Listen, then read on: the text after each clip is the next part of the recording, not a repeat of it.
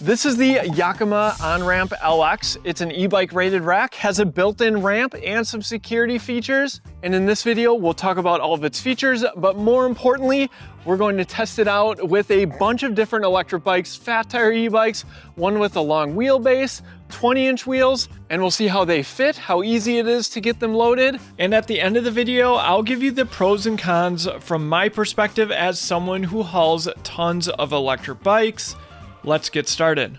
Let's get pricing out of the way. This is a more premium priced bike rack, priced at $949, though I have seen it on sale for as low as $759. Be sure to check out the links down in the description so you can compare prices, but also if you make a purchase, it supports eBike Escape. Thank you so much for your support. Another way to support eBike Escape, you own an e-bike, right? Well, check out our store at shop.ebikeescape.com. As with any bike rack that you're going to use to haul e-bikes, one of the main specs that you need to think about is the weight capacity. And the Yakima OnRamp LX has a weight capacity of 80 pounds. That's for each ramp, and that is on-road tested. Now for off-roading, they only recommend up to 48 pounds, so certainly something to keep in mind. I know the RVers in the audience will be happy to know that this bike rack is RV approved. And it accommodates a wide variety of tire sizes, up to 29 inches. Yes, it works with fat tires, though we'll see just how easy it is to get some of these set up on the rack. It does come in a 1.25 or 2-inch hitch. We have the 2-inch here, and there is a pin here, and it is keyed, bolt on the right side. It can go into 3 different positions. First, you have to remove the right side here, and then on the left, I'm going to pull that out. So we'll move the pole out of the way so we can show it in its up position. Pull out here, and this snaps into place. I'll pull this to lift it in its up position. And so if you're not using the rack, it can be fully up. And on this vehicle, it actually doesn't cover the license plate. Locks into place when you're hauling bikes. And then of course, you can lower it completely so it's out of the way, and you can potentially open your trunk depending on your vehicle. This is the ramp. We'll show it to you in a second. We will need to adjust these for different wheelbases, but it's a nice screw attachment on the bottom. And then this can extend out. And not only that, you can move the entire tray to the left or right depending on the e-bikes you're hauling to keep them out of the way of each other. Besides the hitch lock, this is where they recommend you can use a chain lock to lock up your electric bikes when they're on the rack. The rack itself weighs in at 53.5 pounds. And if you're worried about your lights being covered up by the e-bikes you have on the back, Yakima sells their EXO lit kit and a few other accessories as well. They call this their stadium seating. You can see that this bar is tilted. That should keep the e-bikes away from each other. We'll see how that goes. And if you need a drink after a hard day of riding, or you just need someone's help for, say, a video, they have a bottle opener built right into the stand here. And it works. All right, cheers. Let's see how the e-bikes fit on. So first we're going to start off easy. We're going to go with some narrower tires, and then for the fat tire e-bikes, we'll bring out the ramp when we'll likely need it. So first we'll start by putting the post down to make it easier. So the Lectric XP Lite has 20-inch tires. It's Lectric's lightest e-bike, so it should be no problem fitting it on this rack. All right, so you can see that this is already set up for this wheelbase, but we have the front tire sitting nicely here. You can see this is the extension that we showed earlier, and in the rear you can see the rear tire is butting up right next to this insert that helps prevent the bike from moving.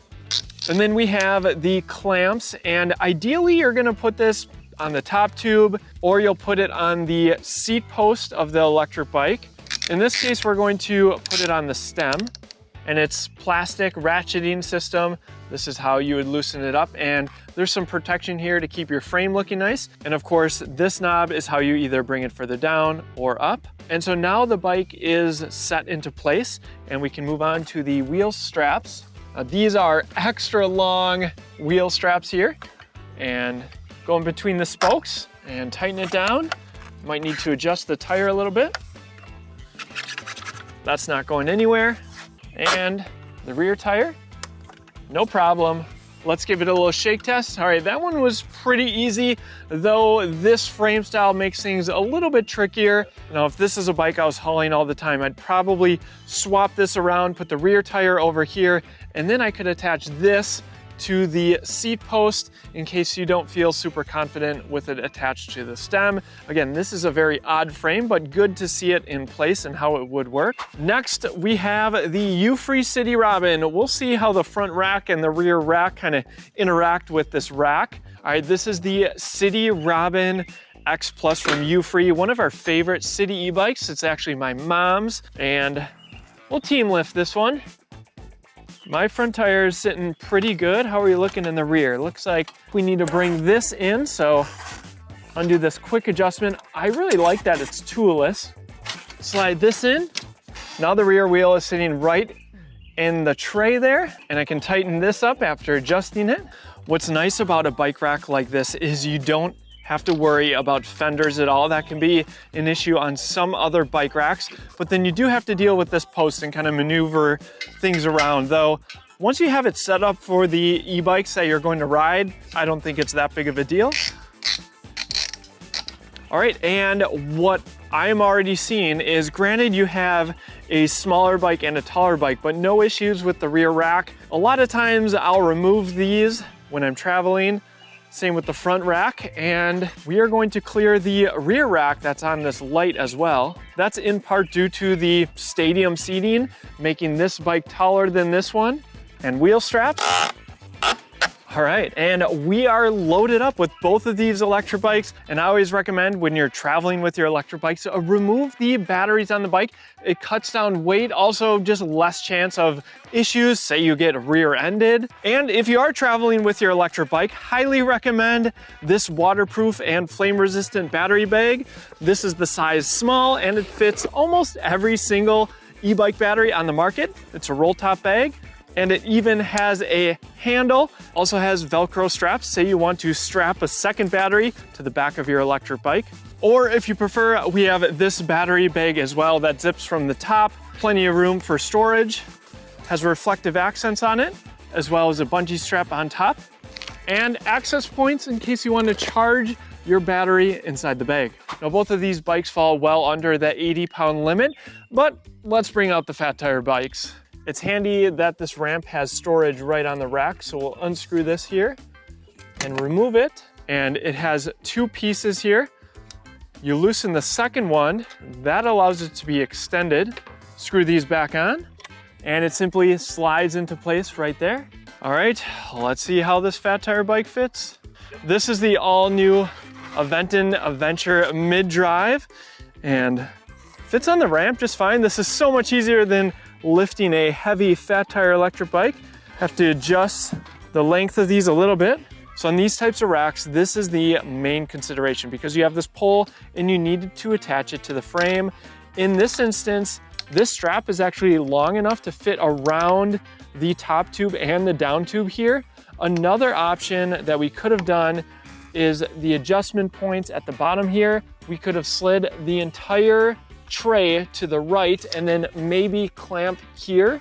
So that would be a secondary option. But I think this is a good example of how you just kind of have to figure out how it's going to work with the e-bike that you own. But there is a lot of flexibility and adjustments here. So I think in most cases, you're going to be able to make it work. So that's not going anywhere. And then we have the wheel straps. This is compatible with fat tire e-bikes right from the get-go. All right, let's bring up the beast. This is the Velotric Nomad 2X. Now, I know on Velotric's website, it says this thing weighs in at 80 pounds. I would personally want to weigh this without the battery to make sure it's going to work on this rack. So I wanted to bring this up with the front wheel first because I think it's easier to roll up. We need to avoid the handlebars here just a little bit. So we'll clear those handlebars.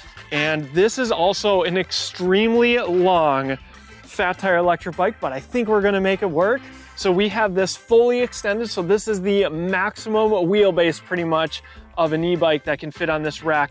And if I was going to be hauling this bike all the time, what I would do is undo the bolts beneath here, slide the rack to the left so the weight is a little bit more balanced on the rack. But I think we can make this one work too. So here, we're going to lower this down and we're going to do it around the seat tube here. One reason is this does not extend. Again, you could make micro adjustments by adjusting the tray, but I think this is going to work as well. This is all tightened, that worked great. And no problem with these straps. All right, so then we would stow the ramp. Yakima also includes this cinch strap, so it can give you some additional downward force if you wanted to wrap it around both e-bikes and then attach it to the bike rack. You can never have too many straps as long as they're secure. All right, now pros and cons. At $1,000, you're definitely getting into premium priced bike racks. It is from a name brand. Yakima is well known. I think on sale, this rack might stand up a little bit better because some of the budget ones are still around $500. Another huge thing from my perspective, e-bikes are heavy, so the 80-pound per tray capacity is huge. We're starting to see most brands go that route, but it's not a given. I'm a huge fan of these adjustable trays. It allows you to accommodate different size e-bikes. Say you plan to haul different ones, though more than likely, once you get this set up for your 2 e-bikes, then you're going to be set. The ramp attachment is awesome and it stows really nicely on the bike rack. And a lot of companies will actually charge extra for something like this. This one's made out of aluminum. Another pro of bike racks like this, I just like that you don't have to worry about if an e-bike has fenders due to the attachment points. Now let's get into some of the considerations. One being, a lot of the components around here, while feel high quality, they are made of plastic. So something maybe over the long term that might break down if it's left outside. They are hard plastic, but you want to make sure that you don't over tighten anything. And finally, I think the main consideration is just with bike racks like this, and it's not that you can't make it work. You saw us make it work with 4 different types of e-bikes of different sizes, but with this post system, you might just need to get a little creative and do some adjusting when you first get the bike rack. Also, assembly was very easy. It didn't come in a lot of parts. If we've helped you with your purchase decision, be sure to check out the links down in the description for current pricing. Also check out our store at shop.ebikeescape.com. Thank you so much for watching. Catch you on the next one.